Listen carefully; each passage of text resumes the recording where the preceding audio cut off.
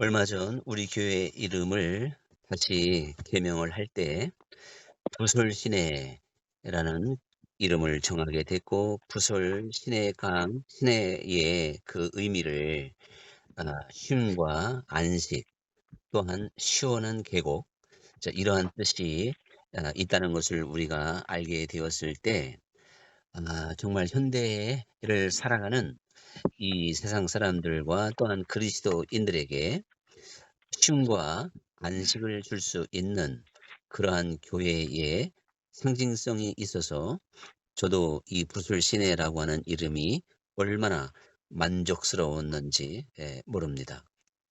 특별히 인생 자체가 고난인데, 역경, 시련, 환란, 수없이 많은 어려움을 하루하루 돌파하고 이기면서 걸어가는 것이 바로 인생길이다 할 만큼 숨막히는 일들이 연속적으로 우리 앞에 펼쳐지게 되는데, 이러한 아픔과 삶의 고통이 많은 인생들에게 안식을 줄 수 있고 쉼과 치유와 회복을 줄 수 있는 부솔시내, 그 부솔 시내의 그 의미가 현대인들에게, 또한 우리들에게 굉장히 깊은 이제 감동을 주게 될 것이라고 저는 분명히 믿습니다. 그런데 이 부솔 시내가 사실 부솔강이라고 이렇게 번역될 수 있을 만큼 상당히 큰 계곡이었던 것을 볼 수가 있는데요. 이 부솔 시내 또한 부솔강은 이제 광야 지대의 접경 지역에 흐르고 있습니다. 그래서 부솔 시내를 건너가면 파란 광야가 펼쳐지고, 그 옆에 신광야, 또 그 옆에 신의 광야, 또 다른 광야, 이렇게 한 4개 정도의 광야 지대가 연속적으로 이어져 있는 것을 볼 수가 있죠. 그렇기 때문에 이 부솔 시내를 건너고자 하는 나그네들은 큰 마음을 먹고 이제 끝없이 펼쳐지는 저 광야의 어떠한 그 여행, 때로는 행진, 그것을 앞두고 마음을 새롭게 해야 되는 것이고, 충분한 그러한 쉼과 힘을 비축해야 될 필요성이 충분히 있었던 것을 볼 수가 있습니다. 바로 그런데 이 붓을 시내가 오늘 이 성경에 기록될 수 있었던 사건이 있었는데, 바로 다윗이 블레셋에 피신하여 이제 은둔 생활을 할 때 블레셋과 이스라엘의 전쟁이 벌어지게 되고, 다윗은 이미 블레셋 왕 아기스의 도움으로 그 블레셋 땅에서 피난자의 생활을 하고 있기 때문에, 그 블레셋 왕이 출전을 요구했을 때 출전하지 않을 수가 없었던 것이죠. 그래서 전쟁에 출전을 했다가 이스라엘과 실제적으로 전투는 피 흘리는 피 흘림은 이제 그러한 없이 다시 그 블레셋 시글락, 자기의 그 이제 머물던 곳으로 돌아오게 됐습니다. 이렇게 블레셋 왕의 명령을 받고 출전을 했다가 정말 한 달인지 두 달인지 긴 여정을 마치고 그 시글락 그 성에 돌아왔을 때, 아말렉에 의하여 아주 그 시글락이 다 초토화가 됐죠. 모든 집이 다 불타게 되었고, 처자식들이 모두 다 끌려가는 그 엄청난 일을 당하게 된 것입니다. 그랬을 때 그토록 다윗을 따르던 600명의 그 소년 중심의 군사들이 얼마나 원통하고 얼마나 뼛속 깊이 큰 아픔이었는지 다윗을 돌로 치려고 했습니다. 사실 그런 마음이 이제 참 들 수도 있겠지요. 사람이 사람에 대한 울분을 풀지 못하면 결국에는 하나님께 울분을 갖고 마지막 하나님께 대적하게 돼 있단 말이죠. 그래서 신앙을 떠날 수도 있고 하나님을 원망함을 지나서 그런 사람들을 얼마든지 보게 됩니다. 그러면 우리는 사람에 대한 용서, 사람에 대한 이해, 이것이 되지 않는다면 하나님께 대한 근본적으로 내 마음 깊은 곳에 있는 그 어떠한 대적성, 이것을 떨쳐버리기가 어려울 것이다 하는 것을 생각해 봐야 되는데요. 그때 다윗이 하나님께 기도하고 하나님께서 다윗의 마음을 담대하게 하심으로, 다윗은 이제 600명들에게 담대하게 나아가서 오늘 하나님께서 빼앗긴 우리의 처자식과 재물을 우리의 손에 다시 붙이게 될 것이다. 이렇게 담대하게 이야기를 하니까 그들의 참 손에 돌을 내려놓고 이제 급하게 그 아말렉 사람들의 뒤를 추격하게 되는 것입니다. 이제 전쟁터에서 급하게 돌아왔는데 쉬지도 못하고 엄청난 그 사건 숨 돌릴 겨를도 없이 다윗과 600 명의 그 군사들은 이제 참 추격전을 벌이게 되는데 바로 이 부솔 시내까지 왔을 때 200 명의 군사들이 체력의 한계를 느끼게 된 겁니다. 그리고는 다윗이 봐도 거기에는 이제 부상자들이야 뭐 없었겠지만 몸이 약하던 어떠한 건강 상태가 양호하지 못하므로 더 이상 도저히 그 이제는 더군다나 험악한 광야지대가 펼쳐지는데 그곳까지 따라갈 수 없는 사람이 200명 정도가 된다고 하는 걸 다윗은 알게 되는 것이거든요. 그런데 사실은 이건 지금 전쟁터인데 전쟁터에서 후퇴가 어디 있어요.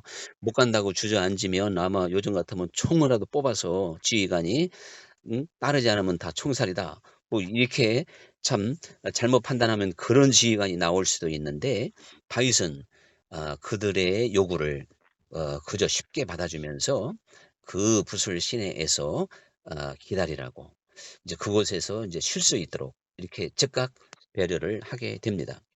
이렇게 다윗이 지혜로운 판단을 내렸던 건 결국 이 전쟁은 숫자에 있는 것이 아니라 하나님이 함께하지 않으면 이길 수 없는 전쟁이니까 당연히 그러한 지혜로운 판단이 내려질 수가 있는 겁니다. 오늘 우리들도요 삶의 순간순간마다 가장 지혜로운 자가 누구냐? 하나님 중심으로 생각하면 답이 선명하게 보이는 거예요. 하나님 중심으로 해보면 모든 것이 보이는데 사람의 욕심과 사람의 생각으로 판단하니까 이게 잘 안 되는 겁니다. 어쨌든 다윗은 지체하지도 않고 즉시 200 명을 쉬게 하고 그때 나머지 400 명은 상당히 불평불만이 많았던 것 같아요. 아니 600 명을 가지고도 그 몇만 명의 아말렉 대군을 어떻게 상대할 수도 없는데 그나마 200 명을 떼어놓고 간단 말입니까? 뭐 우리 한국 땅에서는요 이런 속담도 있단 말입니다. 백지장도 맞들면 낫다. 그다음에 또 뭐라 그러죠? 뭐 꽃보리 모두 뭐좀 뭐 흉년에는 뭐라고 그런 말도 있는데 김선남 장로님 잘 생각 안 나세요? 네. 그래서 이제 그런 말도 있는데 아니 아무리 나약해도 200 명이 가면 허수아비만 배라도 뭔가 이쪽에 위용을 보일 수가 있기 때문에 정말 필요한 숫자인 건 맞죠. 어쨌든 그러한 모든 사연은 하나님 앞에는 쉽게 정리될 수 있는 내용이었는데요. 이제 아 이렇게 해서 다윗이 아말렉을 이제 추격하고 마침 하나님께서 그들을 손에 붙여서 처자식과 재산을 모두 다 이제 그야말로 회수해서 이제 찾아서 돌아오게 되었던 것입니다. 이랬을 때 이제 오늘의 이야기 정말 그 중심이죠. 푸솔 시내에 왔을 때 200 명은 이제 기력을 회복했을 것이고 그들이 그러고 나니까 참 미안하기도 하고 이거 참 염치 없죠. 예? 체면도 안 서는 것이고 어쩔 줄 모르는 그들. 그래도 그들의 주군을 이제 이렇게 환영하기 위해서 도열을 하는데요. 먼저 인사를 나눈 사람이 성경에 보면 분명히 다윗이었어요. 그래서 원어에서는 샬롬 이라는 이제 그렇게 평안을 그들에게 먼저 줬습니다. 아까 우리 차장로님이 샬롬 한번 하시게 된지 아시겠지만 샬롬은 우리가 길에서 만나다 그냥 이렇게 인사하는 거고요. 아는 사람들끼리는 샬롬 샬롬 2번 한다 그랬잖아요. 그래서 제가 그냥 한번 샬롬 샬롬 다시 한번 이제 하기도 했습니다마는 다윗이 그들에게 샬롬을 에, 선포하면서 염치 없이 참 이렇게 이제 그들 앞에 부끄럽게 서 있는 그들을 충분히 위로하고 환영해 주고 문제 삼지 않는다고 하는 것을 일깨워 주게 된 것이죠. 그리고는 그 어떠한 다윗의 인사에 걸맞게 처자식을 주었을 뿐만 아니라 에, 그들의 재산을 다 그대로 돌려주고 뿐만 아니라 전리품까지 있잖아요. 전리품도 똑같이 나눠주게 됐습니다. 근데 나머지 400 명이 가만히 보니까 처자식을 나눠주는 것까지야 조금 그래도 기분은 상했지만 뭐 그 이해는 했는데 그들이 빼앗겼던 재산까지 주니까 조금 요즘 말로 오장육부가 조금 뒤틀렸던 겁니다. 그랬는데 거기까지도 참으려고 그랬더니 아니 빼앗은 전리품도 똑같이 자기들이나 거기서 부설 시내에서 쉬면서 그저 물장구를 치던 사람들이나 이거 똑같이 주니까 이거 얼마나 기가 막히냔 말이죠. 그러니까 강하게 아주 항의를 하게 되는 것이죠. "저들의 처자식만 주면 되지 왜 빼앗긴 재산도 주고 전리품을 줍니까? 이거 말도 안 됩니다." 하고 막 여기저기 목소리가 높아지게 된 것입니다. 근데 성경은 그들을 가리켜서 악한 자들이라 그랬고 불량한 자들이라 분명히 그렇게 이제 표현이 됐단 말이죠. 그러니까 다윗이 "오늘 이 전쟁을 우리 손에 붙인 분이 누구시냐? 우리 400 명의 힘으로 이 전쟁을 이길 수가 있었느냐? 너희들 주제 파악이나 제대로 해라." 이제 이렇게 그냥 한마디로 그렇게 뭔가 하늘의 음성을 들려주니 뭐 꼼짝 못하죠. 실제적으로 말이죠. 참 죄송하지만요. 저도 모든 장소에서 이 참 부족한 사람이 하늘의 음성을 잘 들려줄 수 있는 이상하게 실력이 하나님이 주셨기 때문에 제가 모든 교통 정리를 할 때가 너무나도 많아요. 그래서 사실 감리교의 복잡한 문제들도 정말 하늘의 음성인 듯한 그러한 글들을 제가 게시판에 올린 게 아마 수십 편, 수십 편. 그래서 많은 사람들을 화해시키기도 하고 방향을 바로잡히기도 하고 또한 이제 영향력을 정말 제가 좀 우스갯소리로 "어떤 일개 연예 감독님들보다 훨씬 영향력이 있다." 이제 그러게 이건 뭐 자화자찬이 아니라 그런 이야기들을 많이 듣기도 합니다. 결코 자랑이 아니라 우리들은 어디에서든지 이 다윗이 하나님의 음성을 들려줄 수 있었기 때문에 분쟁이 멈추게 되는 것이고 또한 그들의 분노가 잔잔해질 수가 있는 것이고 거기에 또한 하나님의 은혜가 입혀지게 됐고 또한 공평성이 이제 또한 위로가 넘치게 된 것이죠. 이랬을 때 그 200명 전리품까지 참 함께 나누게 되었는데 이 부설 시내에서 바로 이 부설 시내에서 말할 수 없는 하나님의 은혜가 많은 사람들에게 그저 정말 쏟아져 내렸던 걸 볼 수가 있습니다. 다윗이 우리의 힘으로 저 몇만 명의 군사를 물리치고 이 처자식과 재산과 또한 전리품까지 가져올 수 있었겠느냐? 이 말 한마디에 분노했고 억울하다 그러고 형평성이 없다고 하던 모든 사람들은 잔잔할 수밖에 없었고 그들에게 크신 은혜를 베푸셨던 하나님의 은혜를 오히려 찬양할 수밖에 없었을 것입니다. 이제 우리는 오늘의 이러한 이야기 가운데에서 다시 한번 다윗의 그 믿음을 생각해 볼 수가 있지 않겠습니까?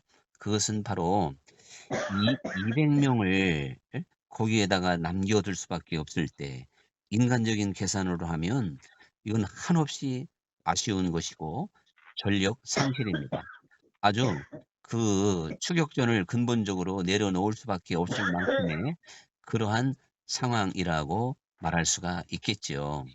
그런데 이제 이 600 명을 가지고도 전쟁터에서 이긴다. 뭐 도저히 이길 수 없는 이거 말도 안 되는 숫자인데 그러고 보면 이제 우리가 중과부적이라죠. 중과부적인데 여기서 또 200 명이 탈락이 돼야 된다. 모든 그저 전의 상실, 사기 아주 사기가 땅바닥에 떨어질 수밖에 없는 이제 그러한 상황인 게 분명하죠. 그래도 믿음의 눈으로 봤을 때는 가능성을 보게 되는 것이고 문제가 전혀 안 됐던 것입니다. 그래서 항상 믿음을 가진 사람들은 "내게 능력 주시는 자 안에서 내가 능히 무엇이든지 할 수 있다." 이거는 사실 현재를 살아가는 우리의 삶 속에서 언제나 고백되어지는 내용입니다. 우리가 안고 있는 문제가 얼마나 크든지 내 앞에 현실의 장벽이 아무리 높다 할지라도 우리를 누가 막을 수 있겠습니까? 그리스도인들은 능히 그것을 문제로 여기지 않고 하나님의 은혜로 넉넉히 넘어갈 수 있기 때문에 지금까지 내 삶에 막히고 좌절하고 실망하고 또한 자신감을 잃었다면 다른 어떠한 것을 잃은 게 아니라 믿음을 현재 잃고 있다는 사실을 기억해야 되는 것입니다. 이제 다윗보다 더 엄청난 사람이 바로 다윗의 친구 요나단이라 그랬잖아요. 요나단은 단독 자기 혼자서 칼 하나 칼 하나를 받쳐든 병기 든 자와 이제 수십만의 블레셋 사람들을 향해서 저 산 꼭대기에서 골짜기로 뚜벅뚜벅 걸어 내려간 사람이 요나단입니다. 그러면 오늘날 저 할례 없는 백성을 여호와께서 내 손에 붙이리라. 이런 믿음을 가지고 갔을 때 자중질환이 일어나서 혼자를, 예? 정말 20만인지 30만인지 바다의 모래알처럼 많다 그랬거든요. 그들이 그저 스스로 자중질환으로 무너지는 이야기가 성경에도 나와 있습니다. 그러한 일까지 하시는 분인데 다윗에게는 전혀 문제가 되지 않았던 것입니다. 지금 내 삶의 문제가 뭘까요? 질병입니까? 고통입니까? 환난입니까? 가난입니까? 그와 또 어떠한 것도 우리를 그리스도의 은혜와 또한 사랑과 담대함에서 우리를 주저앉힐 것은 결코 없다는 사실을 기억해야 될 줄로 믿습니다. 이제 처자식만 돌려주자고 했던 그 사람들의 생각, 그들은 사실 보면 공평하죠. 또한 형평성에 딱 맞습니다. 그게 세상의 법입니다. 이거는 뭐 세상에 어떻게 보면 뭐 윤리라면 윤리고 세상의 법칙이겠죠. 그런데 또한 합리성도 있고요. 그러나 하나님의 법, 하나님의 나라는 그 모든 것들을 초월할 수 있어야 된다는 것. 항상 그런 건 아니지만 원칙은 지켜야 되겠지만 때로는 그 모든 것을 초월하여 한없이 품고 한없이 용서하고 이해하며 지나가야 될 때도 있다는 사실을 우리는 분명히 기억해야 될 줄로 믿습니다. 만약에 그 200명의 군사가 계획적으로 정말 마치 또한 전의를 상실해서 거기에 주저앉았다면 그들은 처자식은 그만두고 돌아와서 사형시켜야 됩니다. 거기에서도 봐주자, 그건 하나님 나라가 아닌 거예요. 하나님의 나라는 엄격한 것이죠. 그래서 우리가 죄를 졌으면 정확하게 그 죄에 대한 대가를 받을 수밖에 없는 것입니다. 그러나 주저앉았던 그 200명은요. 다윗에게 돌을 던질 수 있을 만큼 마음의 분노가 있었고 자기 한 목숨 바쳐서 처자식을 살리고자 하는 간절함이 있었던 것입니다. 그러나 인간의 한계를 느끼고 더 이상 갈 수 없는 상황이라는 걸 자기도 알고 다윗도 알게 되었던 것이죠. 자, 이런 상황이 왔는데도 내가 못 가면 처자식이 이제 처참하게 죽기도 하고 정말 말할 수 없는 그런 불행을 맛보는데도 갈 수 없는 발걸음이 있다 이거지요. 여러분 정말 그것이 바로 부설 시내에 남은 사람들입니다. 오늘 우리가 이 세상을 살다 보면 그야말로 힘써도 안 되고 애써도 안 되고 이게 진퇴양난 하는 이게 정말 사방팔방 16방으로 우겨싸임을 당한 듯한 그러한 상황을 만날 수도 있는 것입니다. 그러나 우리는 육을 가졌기 때문에 아무리 마음은 원이로되 육신이 약한 부분이 있는 것이고 사람의 힘과 사람의 방법으로 해결할 수 없는 상황이 있을 수 있는 것입니다. 그러나 다윗은 그런 상황에서 하나님께 맡기고 그들에게 무리수를 두지 않고 하나님의 인도를 받았던 것처럼 오늘 우리도 우리의 한계를 분명히 인정하고 때로 내가 마치 부솔 시내의 강가에서 주저앉았던 그 200명의 사람들처럼 더 이상 발걸음을 뗄 수 없을 만큼의 극한 한계에 놓여져 있다 할지라도 다시 소생시키고 회복시켜 주시고 우리에게 살 길을 열어 주시는 분은 하나님 아버지라는 사실을 분명히 믿으며 우리 마음에 담대함과 믿음과 용기를 잃지 말아야 될 줄로 믿습니다. 이제 우리가 포도원의 비유를 생각해 보면 포도원에 아침 6시에 들어온 사람에게도 이제 한 문화를 주었고 또한 오후 5시에 들어온 사람에게도 똑같은 돈을 주게 됐습니다. 이랬을 때 아침 6시부터 일했던 사람이 얼마나 서운하겠어요. 당연히 주인에게 따지겠지요. 그랬는데 주인이 "이 사람아 내 것을 가지고 내가 주는데 네가 왜 그러냐. 뭐가 잘못된 게 있냐." 사실 자기 돈 거기에서 얼마를 빼서 그 사람 준 것도 아니고 똑같이 자기는 약속한 대로 받았으면 쓰니까 불만이 있을 수밖에 없는 것이거든요. 이것처럼 다윗은 다윗과 그 400명의 사람들은 단지 몇 발자국 더 가서 전쟁을 하고 왔을 뿐이지 하나님께 받은 바 은혜는 똑같은 것이고, 오히려 200명 그 부솔 시내 강가에서 언제 돌아올까, 전쟁에 이길까 질까 노심초사하면서 마음고생하면서 그 기다렸던 그 사람들보다 사실은 입장이 더 좋았던 겁니다. 훨씬 마음이 편했고 하나님의 인도를 보며 신나게 전쟁하고 돌아온 거거든요. 사실 정확하게 생각을 해 본다면. 그렇기 때문에 다윗과 400명이 받은 은혜도 얼마든지 이 200명보다 더 넘치게, 그리고 전쟁터에 나갔던 이름 400명, 나가지 못한 사람 200명은 그들이 죽을 때까지 그 이름은 지워지지 않는 것이거든요. 그런 영광이 계속 따랐기 때문에 얼마나 더 하나님이 큰 은혜를 줘야 네가 따지지 않겠냐. 도대체 너한테 하나님이 어떻게 해줘야 이제 때로는 이웃을 정죄하지 않겠느냐. 이러한 질문까지 우리는 한번 심각하게 돌이켜 봐야 됩니다. 이제 내가 보기에는 부족하고 연약한 사람들, 아, 그들에게 하나님의 은혜를, 또한 하나님이 관대하게 뭔가 용서했을 때 우리는 시기하고 질투할 수도 있겠죠. 그럼 하나님은 우리에게 물어볼 겁니다.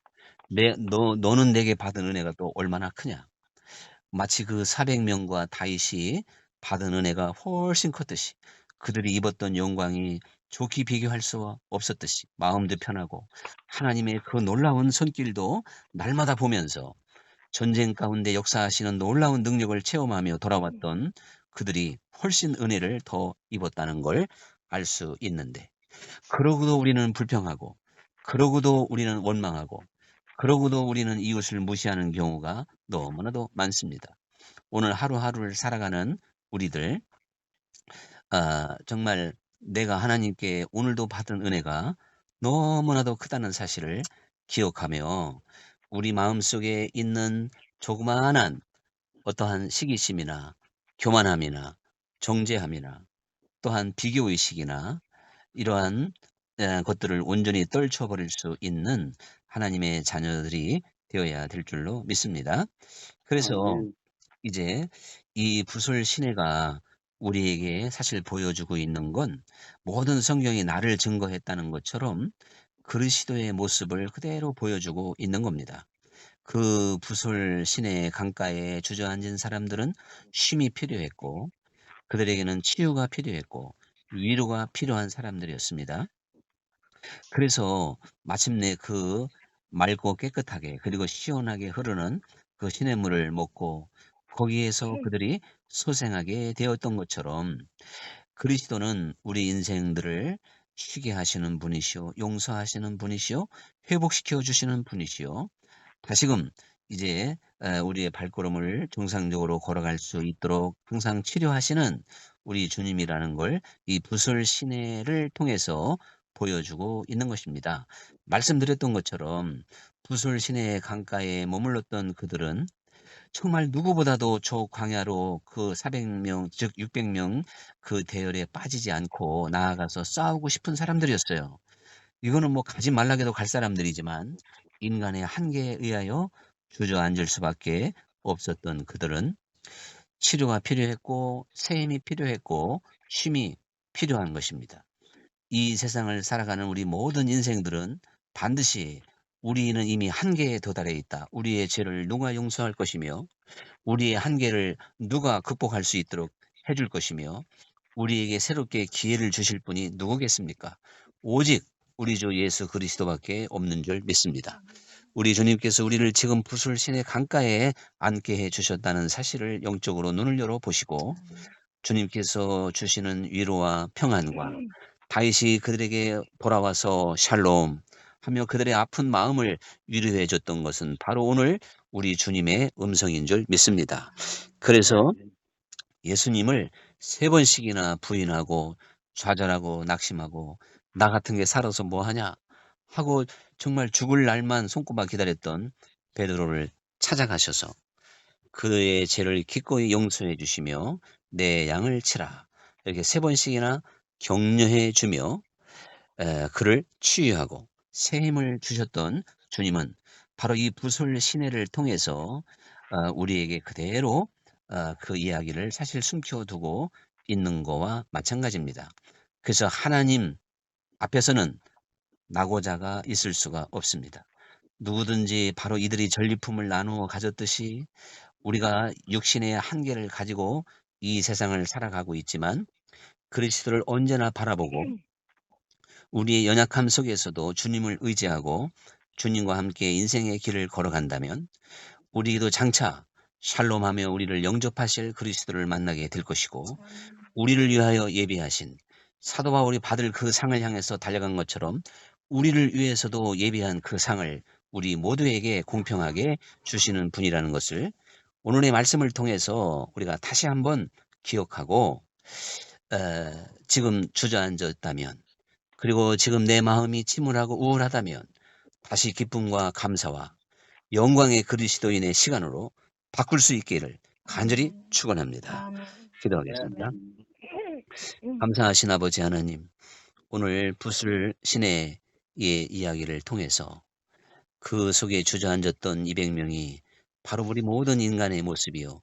한계와 또한 이제 사람의 힘으로 능으로 어찌할 수 없는 그러한 제한 속에 있는 우리 인간들의 모습을 보여주고 있는 줄 믿습니다. 주님, 그래도 주님을 바라보며 주님의 이름으로 치료받고 위로받은 이들에게 상을 주시고 우리를 언제나 환영해 주실 줄 믿습니다.